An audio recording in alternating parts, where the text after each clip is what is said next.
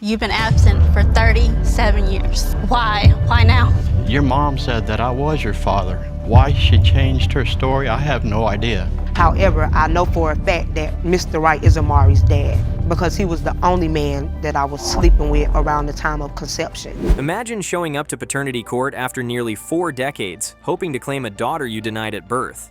That's exactly what Mr. Miles did. He wants to prove he's the father of 37-year-old Christine Turner. But here's the twist. Christine doesn't believe him one bit. In fact, she's here to prove he is not her dad. Talk about high-stakes family drama.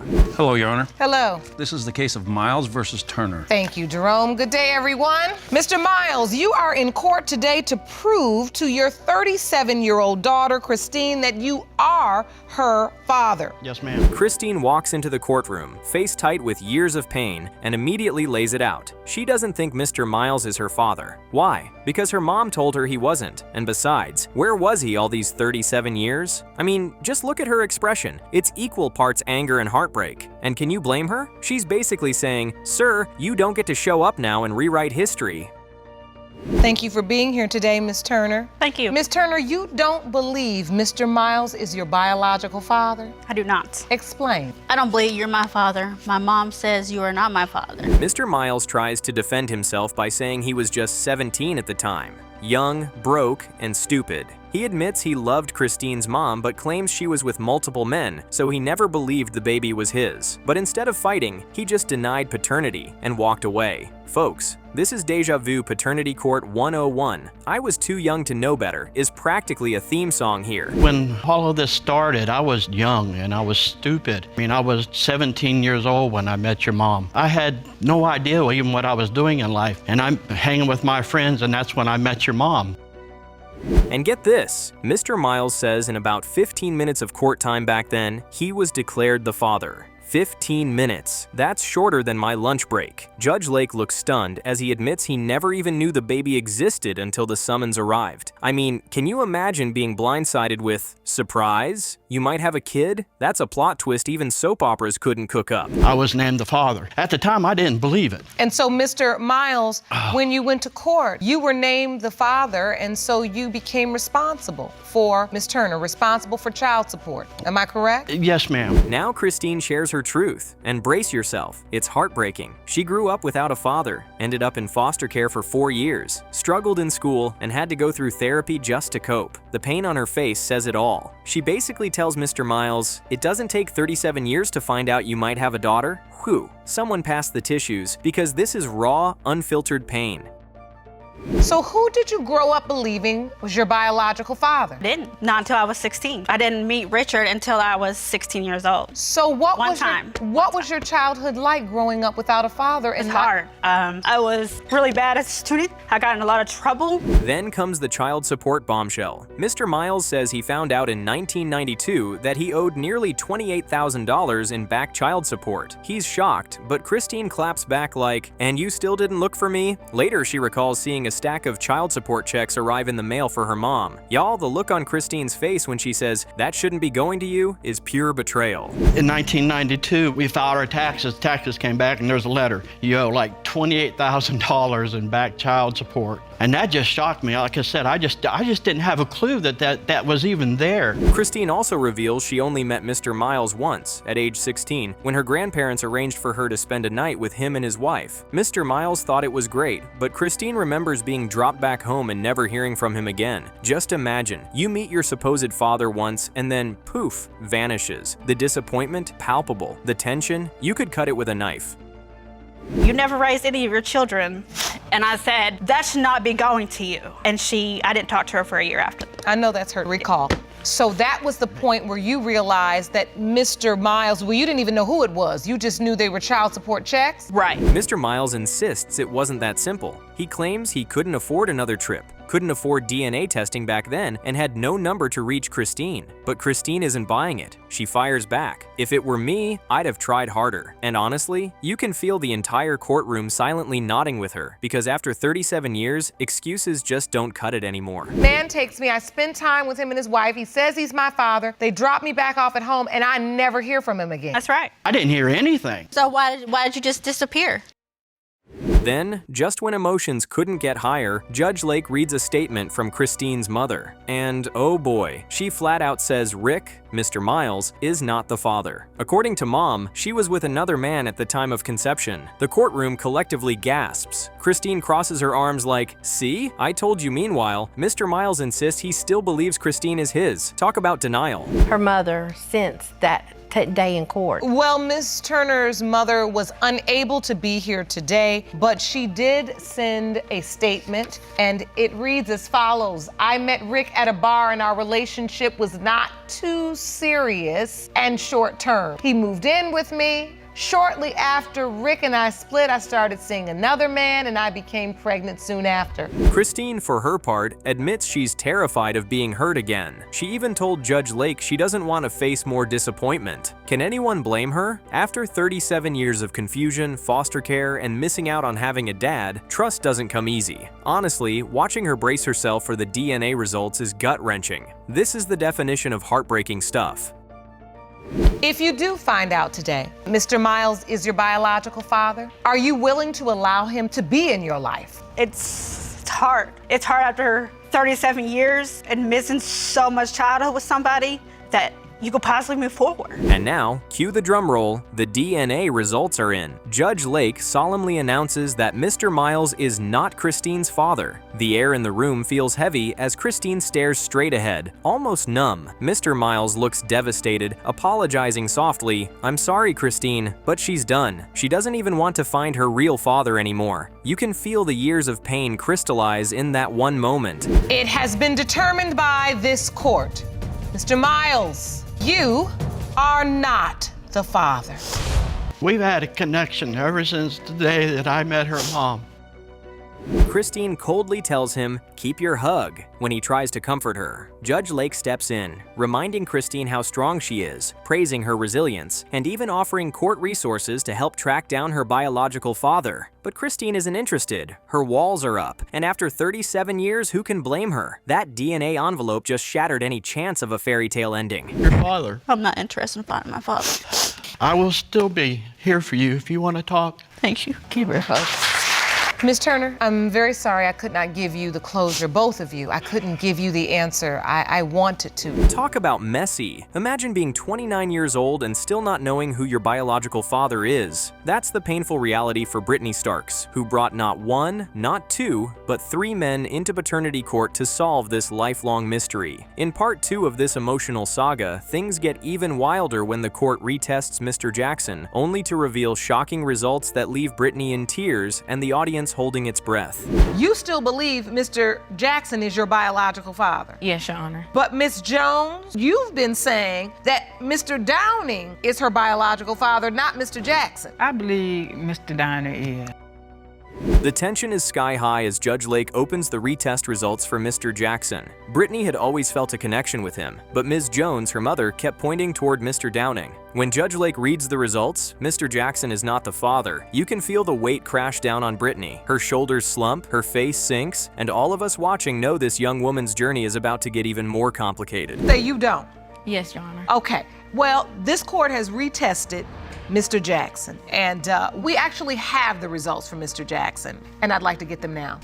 In the case of Downing versus Jones, when it comes to 29-year-old Brittany Starks, it has been determined by this court, Mr. Jackson is not the father. Mr. Downing speaks up next, saying he feels some closure from hearing Mr. Jackson is out, but he's ready to step up if the results prove he is Brittany's father. For a moment, it sounds promising, but then Judge Lake drops another bomb. The court has identified another possible father, Mr. Aiken. Yes, folks, a third man enters the equation, and even Judge Lake can't help but let out a stunned, "Wow." He is not your biological father. I'm sorry.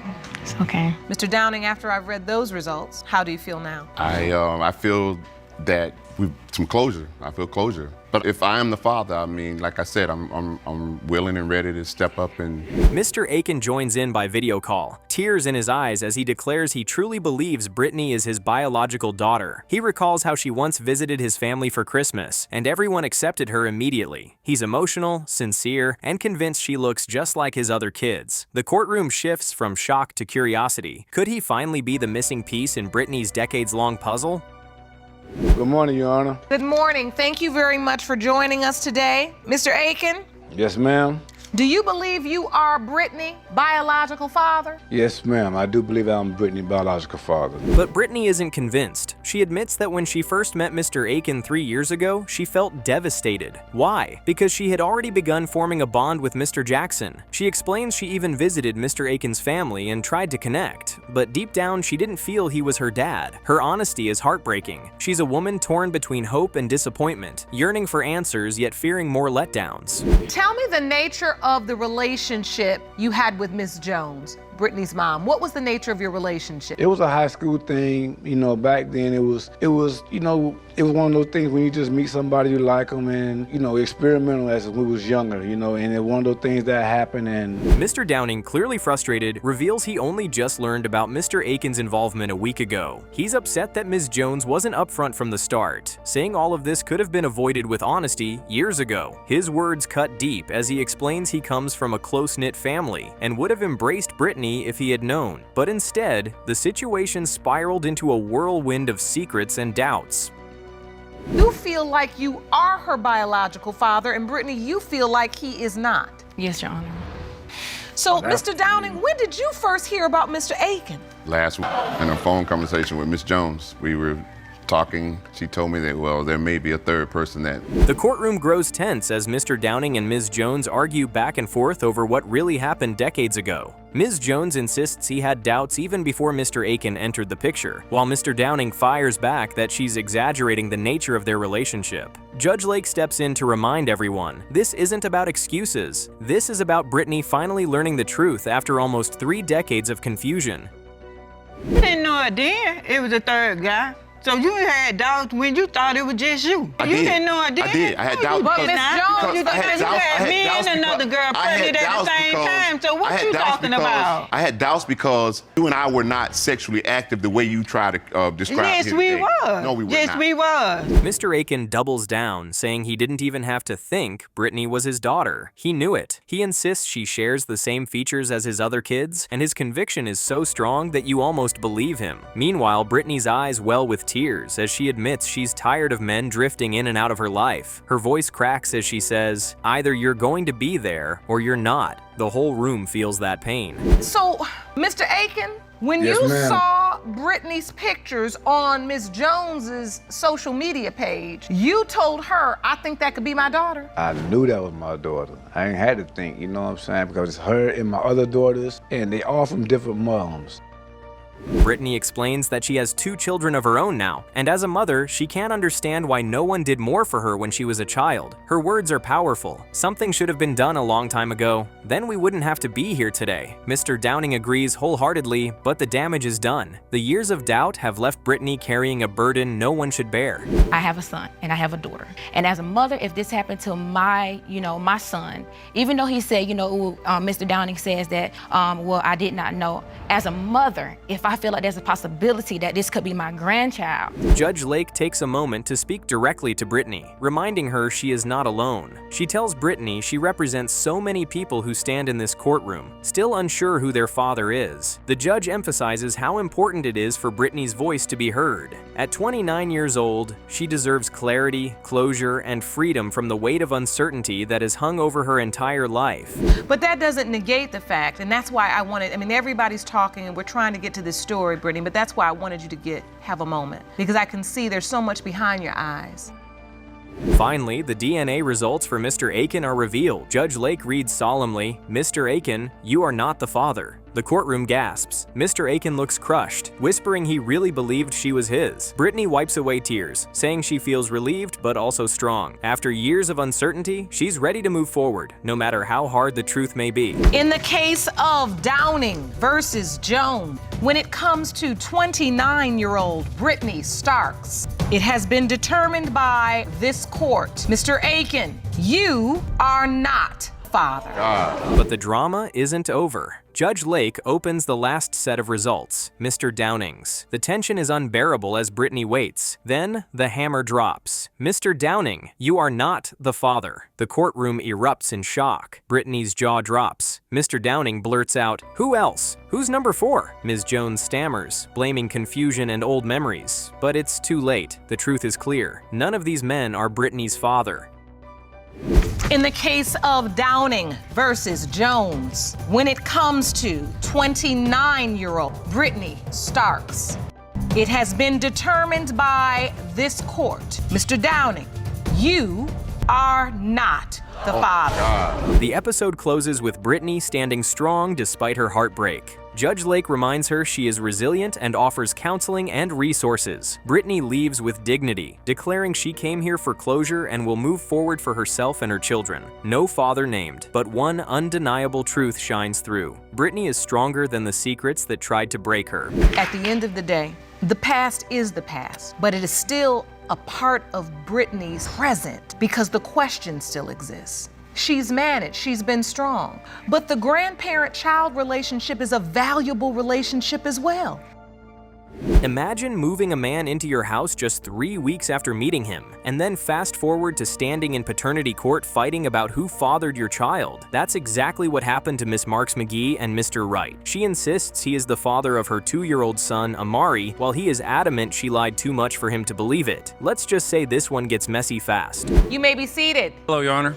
Hello. This is a case of Marks-McGee versus Wright. Thank you, Jerome. Good day, everyone. Ms. Marks-McGee, you say the defendant needs to step up and take responsibility for your 2-year-old son, Amari, because you know he is your son's biological father. Right from the jump, Mr. Wright claims Ms. Marks-McGee didn't even tell him about Amari until the baby was 3 weeks old. He flat out says she's only pinning the baby on him because the other guy didn't want to stick around. Yikes. Ms. Marks-McGee quickly claps back, admitting she may have told a couple lies, but insists that doesn't change the fact that Wright is the father. Oh boy, here we go. Well, I believe the other guy she had in her life didn't want anything to do with her or the baby anymore, so she decided to push the baby off on me. Is that true, Ms. Marks-McGee? No, that's not true.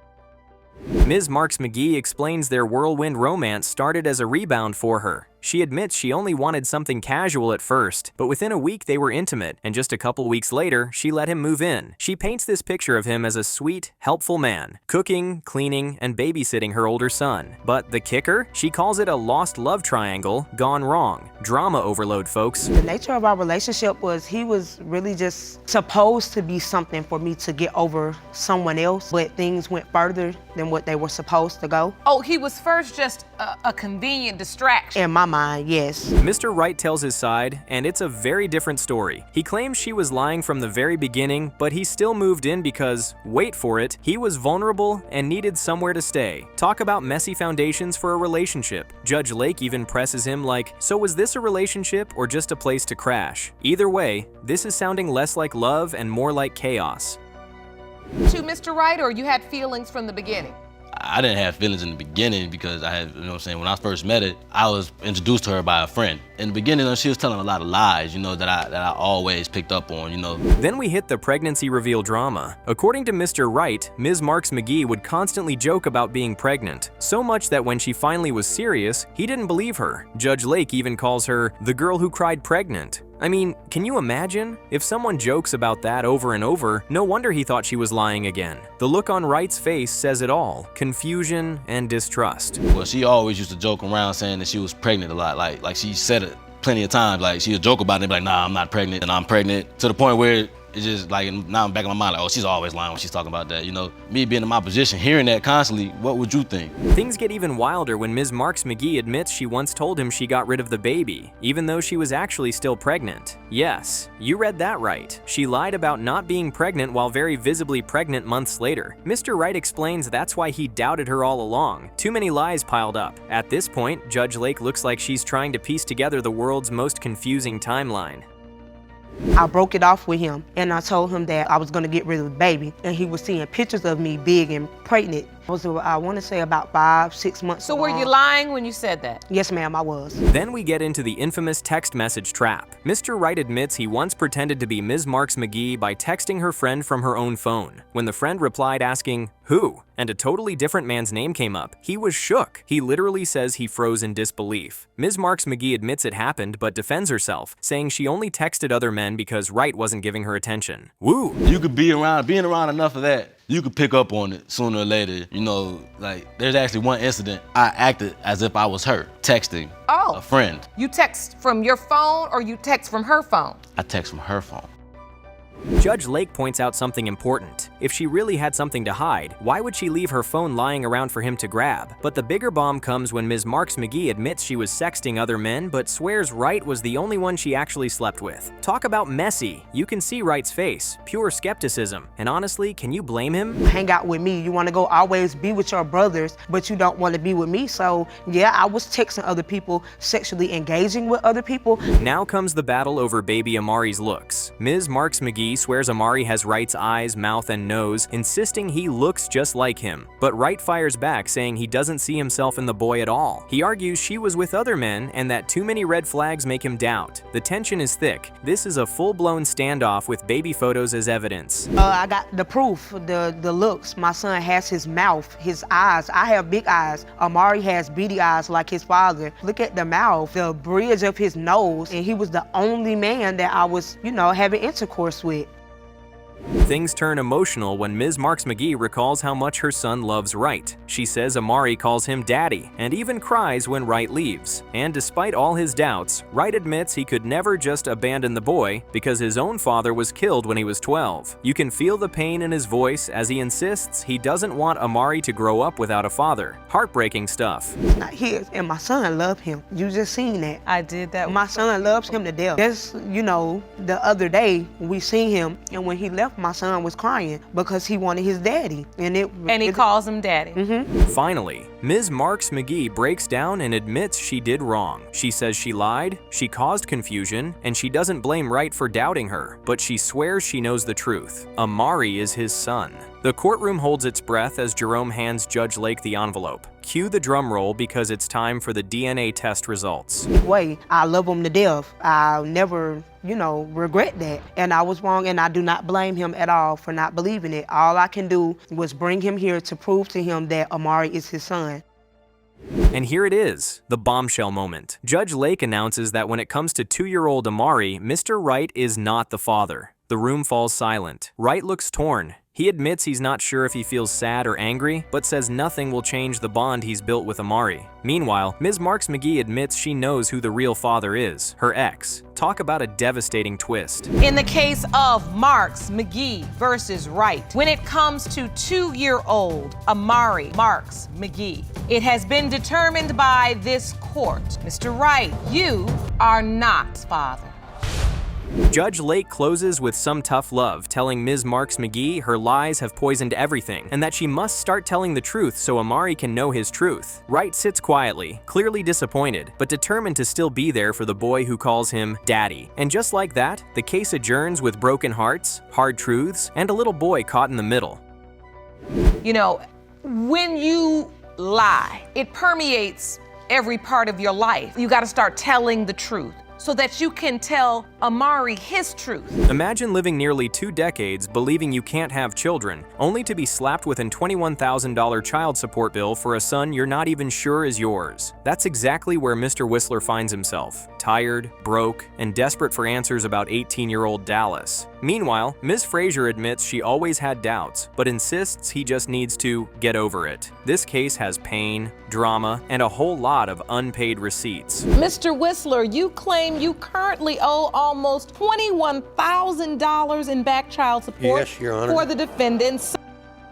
Right away, Mr. Whistler explains how every paycheck is garnished, leaving him only $70 to live on. He's been dragged through the mud for 18 years and says today's results could free him from this financial prison. The wild part? Doctors told him back in 2005 he couldn't even have kids. You can see Judge Lake's eyebrows shoot up as he drops that bomb. I mean, how do you pay child support for a kid you might be biologically incapable of fathering? You say your paycheck is garnished each week, leaving you only $70. Yes, Your Honor. Ms. Frazier, on the other hand, insists she never asked the state to go after him for money. She claims she always put another man's name on the paperwork, yet somehow Whistler's name ended up on the hook. Whistler fires back, waving a letter showing nearly $21,000 in arrears. The tension is thick. You can practically feel years of bitterness spilling out in real time. Judge Lake has to remind him to watch his language.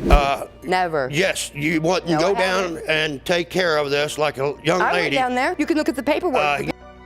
Then we get to the big twist. Whistler actually signed Dallas's birth certificate, giving the boy his last name. He explains he only did it because Frazier promised he was the father. 6 months later, she admits another man could be the dad. The betrayal on Whistler's face says everything. Signing that paper changed his life forever, and now it's 18 years later and he's still paying for a choice made under false pretenses. You told me if I wanted that kid To have your my last last name. name and I wanted to claim him, I would be there for the birth. Frazier argues back, saying she never saw a dime of child support, that the state kept it all, but Whistler isn't hearing it. He slams home that whether she touched the money or not, his paycheck was drained, his life derailed. And to make matters worse, she admits she always thought the other man was more likely the father. Imagine paying thousands for almost 2 decades while being told, yeah, but it was probably someone else all along.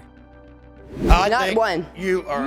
Hold on, Mr. Whistler, Mr. Whistler, what is the evidence you keep holding up? This. May I see that, A please? letter I received from the Child Enforcement of the state of Missouri. To add fuel to the fire, Whistler's fiancée Ms. Owsley takes the stand, clearly shaken. She says she fears one day police will just knock on their door and take Whistler to jail for unpaid child support. The stress has been eating at them for years. She even brought evidence showing penalties for non-payment. Watching her voice tremble as she speaks, you can tell this isn't just about money. It's about living under constant fear. Ms. Owsley, thank you for joining us. Your relationship to Mr. Whistler is? Fiance. What do you know about this situation?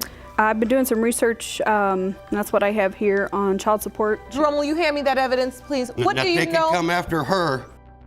Then Whistler gets emotional, explaining how he proposed to Frazier after Dallas was born, even borrowing money for the ring. He wanted to build a family, but instead of joy, he got rejection, debt, and years of being shut out from Dallas's life. He claims he drove 300 miles to see the boy, only to be told last minute they weren't home. His voice cracks as he accuses Frazier of brainwashing Dallas against him. A couple weeks, I went to my boss and asked her for the money to loan me to get her a ring, and I proposed to this lady. Frazier pushes back, saying Whistler never even changed a diaper. She insists she raised Dallas and another child alone. But the judge points out something crucial. Frazier admits she did try to get the state to test the other man multiple times, but it never happened. This whole mess could have been solved years ago, but instead, everyone stayed stuck. The frustration in Judge Lake's tone is unmistakable. This should have been handled a long time ago. Frazier, is there a reason why you wouldn't allow him to see Mr. Whistler for all those years? Growing up, yeah, because I mean, he not once changed a diaper. When Dallas finally takes the stand, the emotions overflow. He explains that growing up, he believed Whistler was his dad, but he always knew there was doubt. He says his mom was honest about another possible father, and he even met the man once, though they don't have a relationship now. What's heartbreaking? He calls Whistler dad all the time, and you can see Whistler's face soften with pride even through all the chaos. Do you believe Mr. Whistler is your biological father? As I was growing up, I did believe he was my father. Judge Lake presses Dallas further. Did he know Whistler was paying child support? Dallas nods, saying he knew about the responsibility but never asked for it. He admits his mother tried to correct the birth certificate, but Missouri never answered. Watching an 18-year-old explain government red tape in court just adds to the absurdity. This young man has been caught in the crossfire of adult mistakes and systemic failures his entire life. Whistler testified to that he's been paying child support and been responsible for child support for you. Finally, it's time for the DNA results. The courtroom is silent as Judge Lake opens the envelope. In the case of Whistler versus Frazier, when it comes to 18-year-old Dallas Whistler, Mr. Whistler, you are not the father. The weight of those words hits like a thunderclap. Whistler exhales, Dallas stares straight ahead, and Ms. Frazier quietly absorbs the blow. Years of doubt crystallize into one moment of truth. Mr. Whistler, you are not his father. Dallas, that still is not going to change my love for you. What happens next is gut-wrenching. Whistler turns to Dallas, voice trembling, and says, "That still is not gonna change my love for you." Dallas responds softly, "I still love you too." The courtroom melts. Despite the chaos, the lies, and the $21,000 debt, the bond between these two men is undeniable. Judge Lake reminds them that the legal fight isn't over, but in that moment, what matters most is love. I just thank you, Your Honor, and now I can go back and try to get this resolved. Whistler leaves the courtroom with tears in his eyes, hugging Dallas tightly and promising, "You'll always be my son in my heart." It's the kind of ending that makes you believe biology isn't everything. The courtroom adjourns with both heartbreak and healing, reminding us that in paternity court, DNA tells the truth, but love tells the story. I most definitely will, Your Honor. And this court has resources for you to help you begin to process this, to figure out how to move forward, because that's what we want the truth to. Scandal in the church, y'all. A bishop walks into paternity court, accused of fathering a child with a woman nearly 30 years younger. Mr. House insists he's innocent, while Ms. Webster swears there's a chance he's the daddy. To make things messier, she admits there were multiple men involved, including an ex-boyfriend waiting outside. Grab your popcorn because this case is about to get messy in biblical proportions. Mr. House, you're a church pastor and bishop who may have fathered a child with a woman who's 28 years younger than you. Mr. House starts with a long explanation about moving to Buffalo for a church assignment, but quickly shifts gears saying, "I'm a man with manly needs." Sir, what? He claims their bond grew after sharing tragedies. He lost a child, she lost her mother, and says he thought she was hot. Meanwhile, Ms. Webster insists they met at church, not a fast food joint like he claims. Already, we can't even agree on where the hookup started. Now, Ms. Webster, you admit you were involved with 3 different men during the time you conceived your daughter, including Mr. House.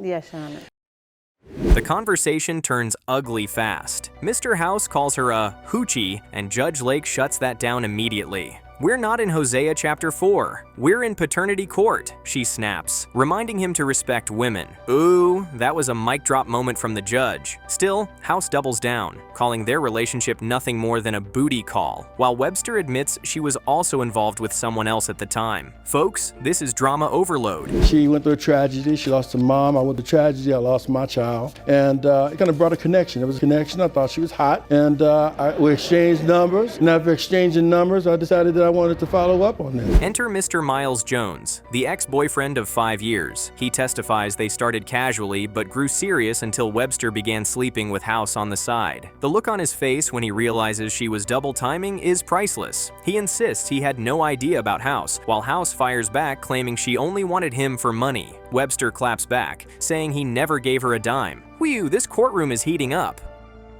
Well, we're not in Hosea chapter 4. We in paternity court, and I'm the judge, and in this courtroom, we're gonna respect women. When Webster explains how she learned she was pregnant, she says she tried contacting House but couldn't. His phone was disconnected and he had left town. House swears that's a lie, saying he never knew until just 30 days ago when her aunt called his church leaders to rat him out. He looks shocked. She looks defensive, and Judge Lake looks like she's piecing together the biggest game of he said, she said ever. When I found out I was pregnant, I was trying to contact Mr. House. His phone was disconnected. First, I never knew he left town. And then I didn't even get in contact to tell him until after I had my baby. Meanwhile, Mr. Miles Jones shares that Webster told him she was pregnant when she was already 5 or 6 months along. At first, she said he was definitely the father, but now in court, she claims she only ever told him it was a possibility. Talk about revision revisionist history. He says he was there since day one, supporting her, rubbing feet, paying bills, and even gave the baby his last name, despite no father being listed on the birth certificate. I came over on a regular hookup to go meet up with her. We was gonna go out, do what we normally do. And then she said to me, I'm pregnant. I said, really? I said, how long? She was like, I'm about 5 to 6 months. It's actually emotional for a moment. Judge Lake notes that Miles Jones has been a father figure, while Webster confirms he really was there for her and baby Amelia. But House isn't letting up, accusing her of triple playing, since she also admitted there was a third possible man. Triple playing? This man is treating her like she's in a basketball game instead of a paternity case. The shade in this courtroom is unreal. I was there ever since she told me that she was pregnant when she was 6 months. I was there. I made sure she ate good. I made sure if she needed money for anything. Judge Lake asks Webster to face reality, and to her credit, she does. She admits she made mistakes by sleeping with too many men at once and now has to own up. The judge praises her courage for even showing up, because it's not easy to admit these things on national TV. Still, House insists he has every reason to doubt. And honestly, can anyone disagree with that at this point? The timeline is all over the place. And so, Ms. Webster, what it sounds like is you realize you've made some serious mistakes. Yes, I And you realize. realize you were sleeping around with way too many men. Yes. The courtroom shifts as the men debate whether Amelia looks like them. Webster insists the baby looks like House's mother, while Miles Jones swears Amelia has his features. Judge Lake presses House, but he shields his heart, saying he lost a child years ago and can't let himself hope Amelia is his. It's a rare, vulnerable moment, and for once, the bishop sets aside bravado to reveal his pain. Your child looks like him at all? My family said she Your looked family like him. says? I'm sure for money, Your Honor, it's gonna always look like my mother, look like me, look like Bruce Lee. What Everybody money? she I wanted never to be. received any money, so where's the money coming from? Finally, the moment we've all been waiting for, DNA results. Judge Lake reads the first envelope. Mr. Miles Jones, you are not the father. The room gasps, and Miles Jones looks crushed, but quickly says, she's still my daughter. Cue the tissues. He pledges to keep being in Amelia's life, proving that love is stronger than DNA. The whole courtroom melts at that moment of pure dedication. It has been determined that Mr. Miles Jones, you are not her father. Then comes the second envelope. Judge Lake announces, Mr. House, you are not the father. Boom. The bishop leans back in relief, but also shakes his head at the chaos he got dragged into. Meanwhile, Webster finally admits the real father is an ex-boyfriend who isn't even in court today. I mean, this poor baby's paternity is still a mystery after all that drama. It has been determined by this court that you are not her father. The episode ends on a bittersweet note. Judge Lake scolds Webster for the confusion, but reminds her Amelia is blessed, because she has a man who loves her like his own. It takes DNA to be a father, but it takes love to be a daddy, she says, praising Miles Jones for stepping up. The courtroom adjourns with a mixture of heartbreak, relief, and a reminder that love can fill the gaps that DNA leaves behind. What you're saying is true, and she knows she made a mistake. I could see in her face. She's disappointed and probably feeling pretty sad right now.